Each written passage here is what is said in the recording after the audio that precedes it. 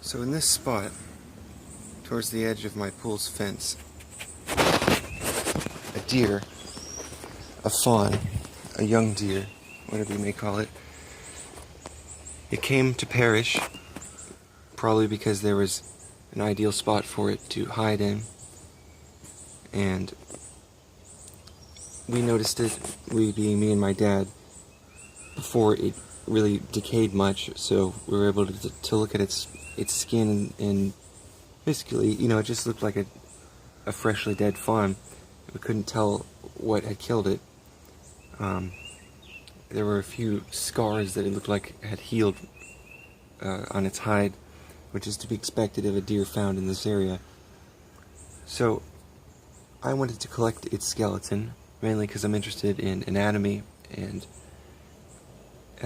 that's pretty much the main reason. Also, I wouldn't kill one of these creatures just to get their skeleton. I mean, the only circumstance where I'd ever kill a deer is if I absolutely had to, like was threatening my life or something, or I was starving to death. But anyway, the second reason would be to find out why it died, and so I've gone over that a bit. Let's see if I can get something to poke it with. So it seems like I've got a pretty complete skeleton here. I got most of its teeth. As you can see, those are smaller teeth there.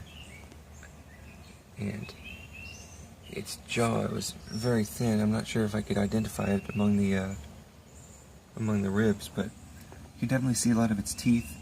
The teeth range in size from like that, which is probably pretty big, like bigger than a quarter, and this size, which is like the size of a dog's small toe or something.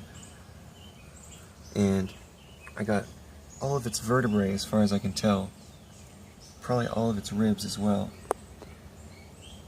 and I think I got pretty much everything there.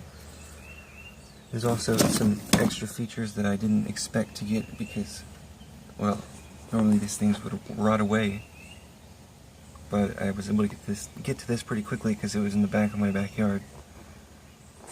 So you can see its hooves even on this foot. Let's see. Here's the other pelvis, I believe. I'm not sure if you can spot it underneath this bone I just showed you.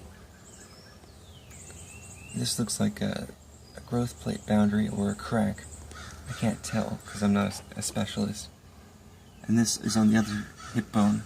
Looks like it could also be a growth plate boundary or a crack, but they're not in even spots on the bone, and I don't see things like that when I look at the bones online, so I'm assuming that they could be cracks, but I don't know for sure. I know that this in the back of the skull there, that little squiggly line, that is a growth plate boundary. I'm not sure about these. They could be, but they could also be cracks. I know that this right here is definitely a crack.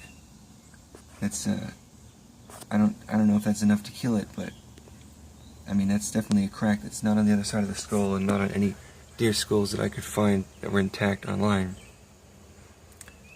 So, I can't really find out exactly why this deer died. My best guess is it got hit by a car, but I can't tell exactly what these features are here. Maybe someone who is more into, what is it, forensics maybe? I'm not sure what the field is called, where they look at bones and find out how things lived and how things died and stuff like that. Well, yeah, if anyone is interested in that, giving me input on it, I could rearrange these bones into a more accurate position for an analysis, for a forensic analysis.